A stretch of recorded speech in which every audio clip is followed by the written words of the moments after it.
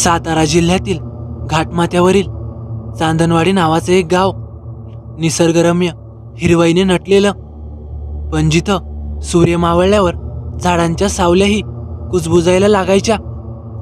गावकऱ्यांचं एकच ठाम मत, चांदणवाडीचा पश्चिम डोंगर सायंकाळी पार करायचा नाही. पण एकदा असंच काहीसं झालं.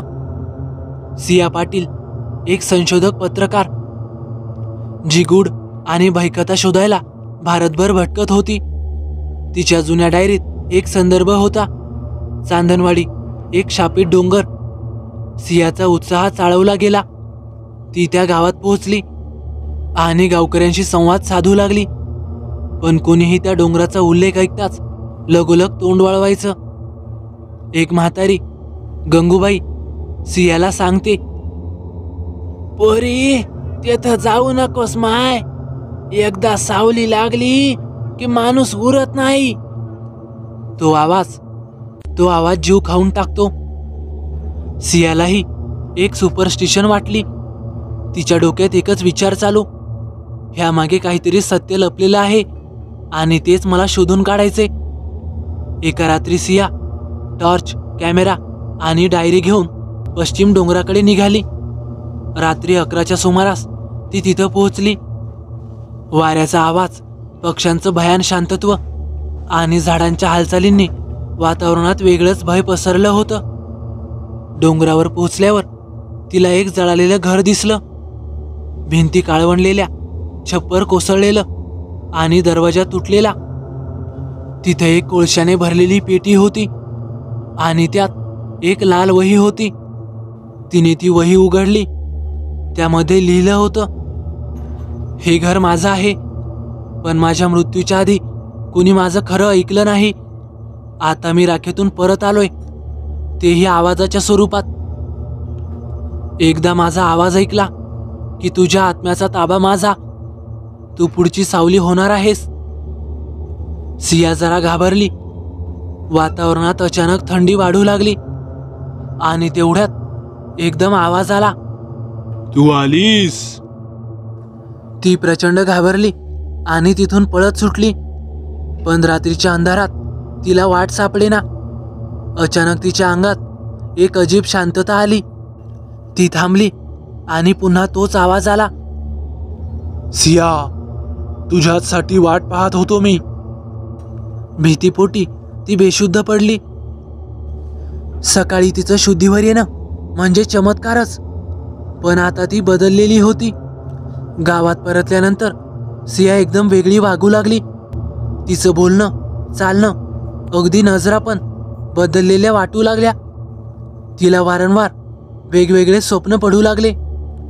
ती वहीतील पानं उलटू लागली आणि तिला एका सत्याचा शोध लागला. 1947 मध्ये त्या डोंगरावर गोविंद कुलकर्णी या नावाचे शिक्षक राहत असत आणि त्यांचंच ते घर होतं. त्यांनी एका गूढ पोथीतून काळ्या जादूचा अभ्यास केला होता. पण गावकऱ्यांनी त्यांना वेडं ठरवून त्यांच्या घराला आग लावली. ते त्यात जळून गेले. पण मृत्यूपूर्वी त्यांनी शपथ घेतली, मी राखेतून सावली बनून पुन्हा येईल. आता गोविंदचा आत्मा सियाच्या शरीरात वास करत होता. सियाच्या आसपासचे लोक एकामागून एक गायब व्हायला लागले. सुरुवातीला तिची मैत्रीण पूजा, मग गावचा पोलीस हवालदार आणि मग गंगूबाई सुद्धा. गावात पुन्हा भीतीचं वातावरण तयार झालं होतं. गावचा पुजारी शंकराचार्य, तो म्हणाला, तिच्या अंगात सावली वास करते. जर आपण काही केलं नाही तर ही सावली पूर्णचंद्राच्या दिवशी सियाला पूर्णपणे ताब्यात घेईल आणि गोविंदा पुन्हा माणूस होईल. त्या रात्री संपूर्ण गावाने एकत्र येऊन डोंगराच्या पायथ्याशी एक यज्ञ चालू केला. पुजारी मंत्रोच्चार करत होता. सियाने, म्हणजेच आताच्या गोविंदाने, मोठमोठ्याने डरकाळ्या फोडायला सुरुवात केली. माझं शरीर मला परत द्या. त्याने हवेतून एक वावटळ तयार केली. एक एक जण हवेत उडू लागला. पण सियाच्या आतली खरी सिया, ती मात्र त्याला लढा देत होती. तिचा अंतरात्मा गोविंदाच्या सावलीशी झुंज देत होता.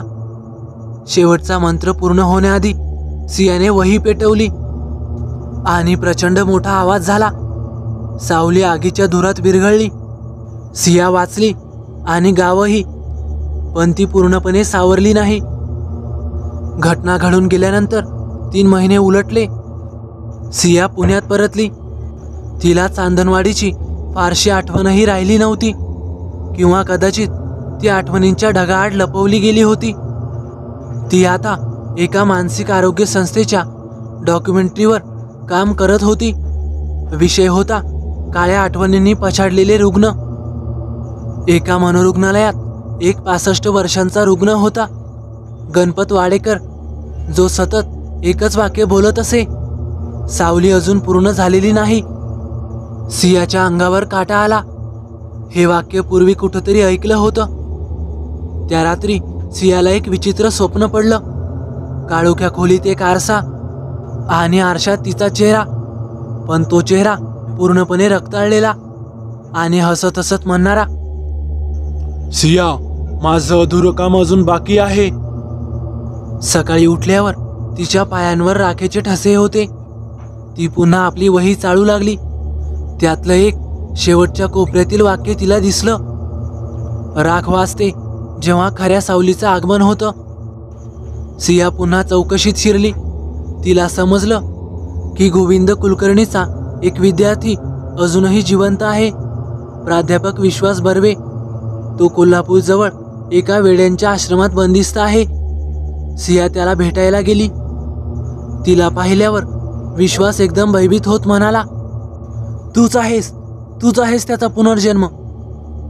सियाला आता सत्य आणि कल्पना यामधला फरक समजेनासा झाला.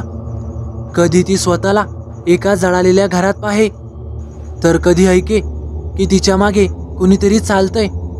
आणि सगळ्यात विचित्र बाब, तिच्या आजूबाजूचे लोक अचानक तिच्याशी संवाद तोडत गेले. एक दिवस ती घरी आरशात बघते आणि तिचा चेहरा तिच्याशी बोलतो, तू सिया नाहीस, तू गोविंदासारखी झाली आहेस. आता वेळ आली मुखवटा उतरवण्याची. ती एका रात्री त्या मनोरुग्णालयात परत गेली. सर्व हॉस्पिटल अंधारात बुडालेलं.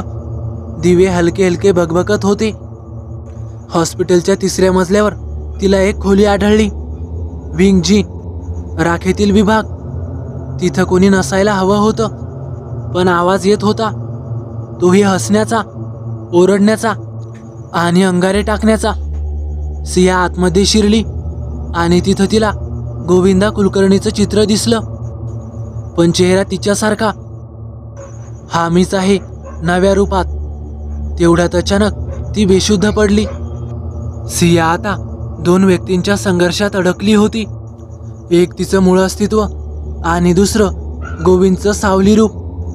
तिच्या मानसिकतेवर ताबा मिळवत असताना गोविंदने एक नवीन योजना आखली होती. तो तिच्या शरीराचा वापर करून एक गूढ समारंभ करणार, पूर्ण सावलीची पुनर्स्थापना. त्या समारंभात तो पूर्ण शुद्ध रूपात अवतरणार होता, मानवात नाही तर सावलीच्या सैतानात. त्याच रात्री जिथे काही वर्षांपूर्वी पहिला यज्ञ झाला होता, तिथंच गोविंदाच्या आत्म्याने सियाला ताब्यात घेतलं. आज मात्र सिया संपवायच्या मनस्थितीत नव्हती. तिने एका उग्र पोथीतून एक मंत्र शोधला होता, अग्निपथ स्त्रोत. तो जिथं जपला जाईल तिथं सावली स्थिर होऊ शकत नाही. गावकरी पुन्हा जमले. पुजारी शंकराचार्यही तिथेच होते. पण यावेळी सावलीची ताकद कितीतरी पटीने वाढली होती. आकाश काळं झालंय, हवेत राख नाचते, झाडं वाकलीत, माती उडते. सिया आणि सावली समोरासमोर. गोविंद म्हणतो, तूच मला परत बोलवलंस, तूच मला पुनर्जन्म दिलास. आता तूच माझी मूर्ती होशील.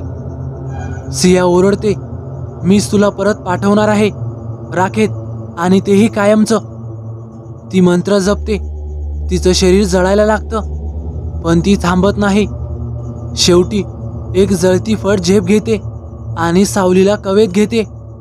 प्रचंड मोठा आवाज होतो. दुसऱ्या दिवशी गाव पुन्हा शांत. सिया सापडत नाही, पण डोंगरावर एक कोळशांचा वास असलेली लाल वही सापडते. तिच्या शेवटच्या पानावर एक वाक्य असतं, मी सावली नाही, पण सावली माझ्या आत होती.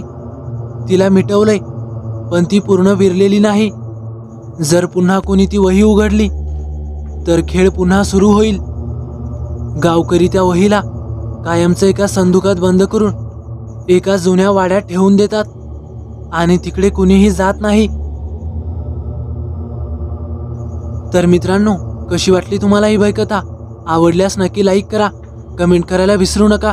आणि हो, आपल्या चॅनलला आतापर्यंत सबस्क्राईब केलं नसेल तर नक्की सबस्क्राईब करा. तर चला भेटूया पुढच्या व्हिडिओत. धन्यवाद.